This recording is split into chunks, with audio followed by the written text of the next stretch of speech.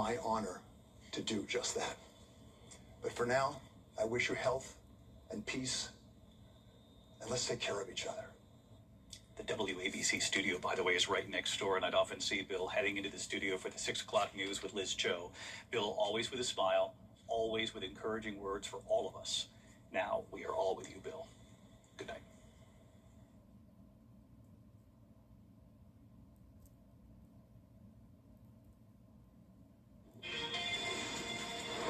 Right now on News Channel 6 and 7, Georgia voters preparing to cast their ballots for the primary runoff elections.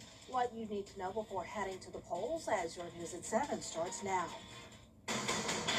Live from Television Park, this is WJBF News Channel 6 at 7. Good evening, everyone. I'm Dee Griffin. Thanks so much for joining us. Coverage you can count on begins with the runoff for Augusta mayor less than 24 hours. Well, it's time now for a first look at our weather, and Chief Meteorologist Jenna Petranci joins us now. Jenna. Well, Dee, it's pretty cloudy out there, but it's not a bad day overall. Definitely cooler. It's been dry. And this is a look right now on our Terry Lambert Hyundai Skyview network across the CSRA. As for our almanac, we made it to 90 degrees. That's pretty close to average today. And our low was 71, so a pretty mild start. Now, even though we made it to 90 at Augusta Bushfield, several places in the CSRA actually only topped off in the mid to upper 80s.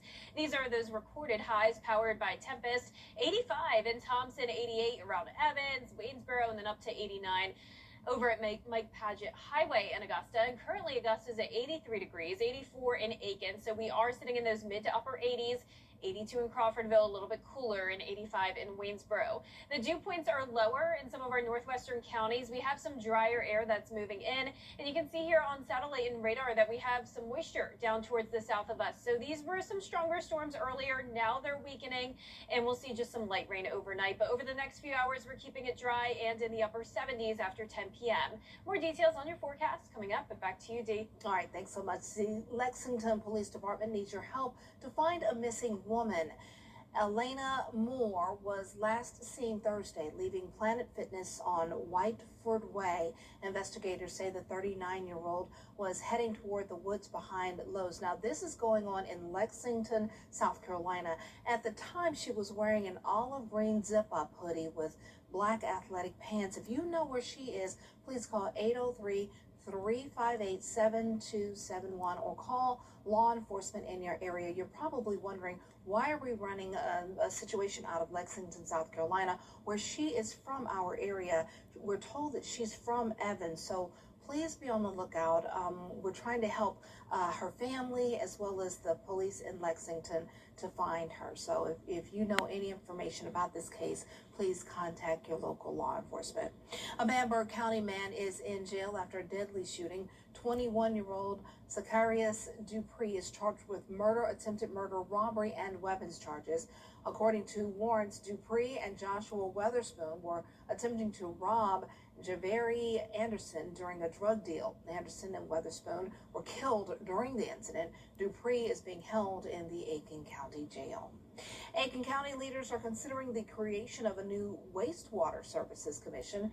Each member of the county council would appoint one voting member. County leaders say the commission would review wholesale and retail wastewater rates in Aiken County. The proposal comes after months of debate surrounding the PSA dispute and a proposed regional wastewater authority that did not move forward. This commission will also have the ability to look at the retail rates that are charged to the actual end users, the actual users who are sending and are billed for sending their wastewater to our plant.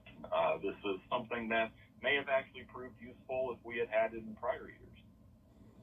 Leaders will have the first reading Tuesday night. If approved, the ordinance would still need two more readings before becoming official. A new person at the helm of Augusta University Athletics. Brent McMillian is the fourth athletic director in the history of the college. Brent McMillian officially starting his new role as athletic director on June 8th. Today, he was officially introduced in front of AU staff. McMillian is a graduate of Greenbrier High School and briefly attended Augusta University before completing his degree at the University of Tennessee. He brings 13 years of athletics experience. President Russell Dr. Keene says he's excited to have him as a part of the family. So welcome aboard. Registration for the Richmond County Sheriff's Office's free youth basketball camp is now open. The two-day camp will be held July 21st and 22nd from 9 until 3 at Lucy C. Laney High School. It's open to any Richmond County student ages 7 through 16, and it will focus on basketball skills, leadership, and mentorship. The kids often see police officers in the neighborhood, so this gives them a little more, gives them a different perspective, and it lets them see that we're human, we're just like them, we dress like them, we look like them, and we enjoy a lot of the same things that they enjoy. You can register through the Sheriff's Office's Facebook page. Space is limited.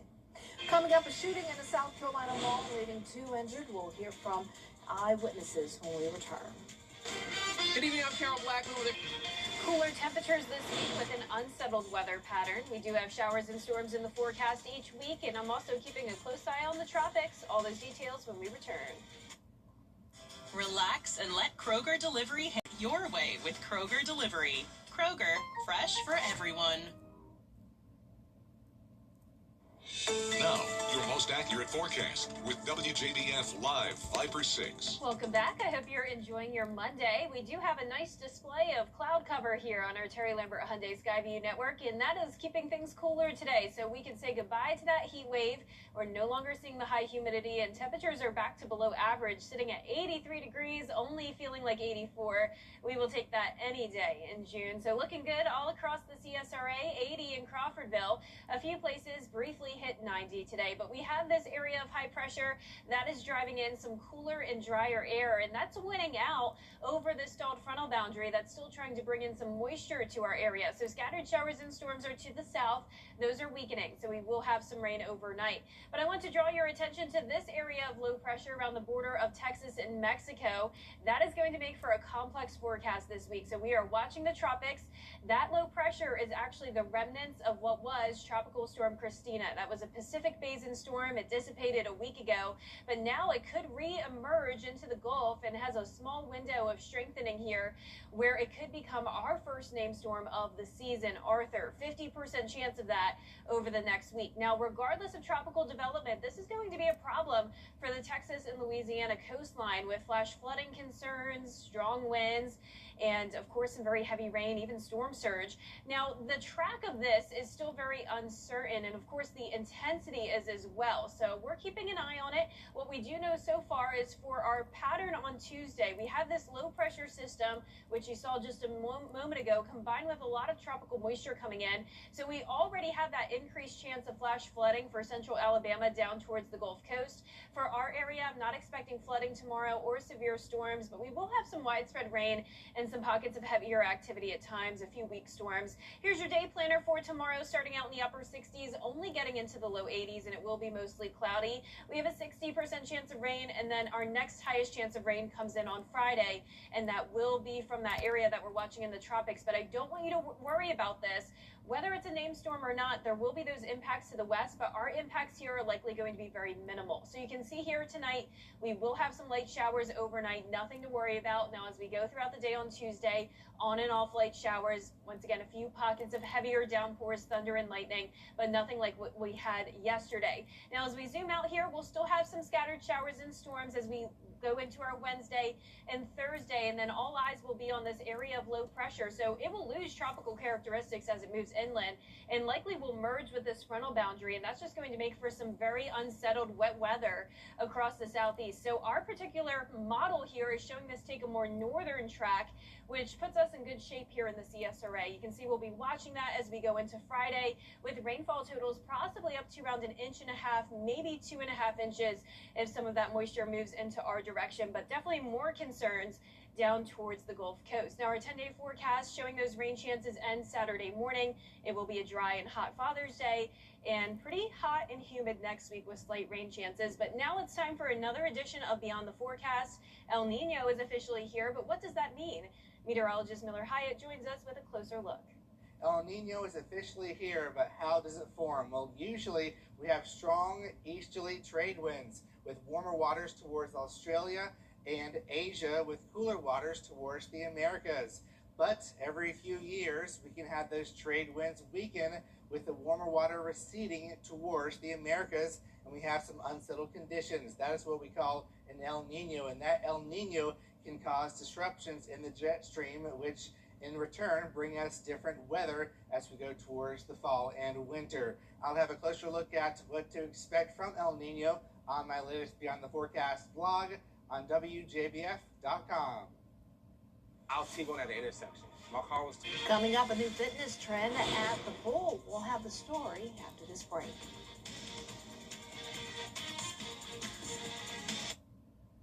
Hey Green Jackets fans, when you're at the plate, there's nothing worse than striking out without ever swinging. You gotta make the most of your chances.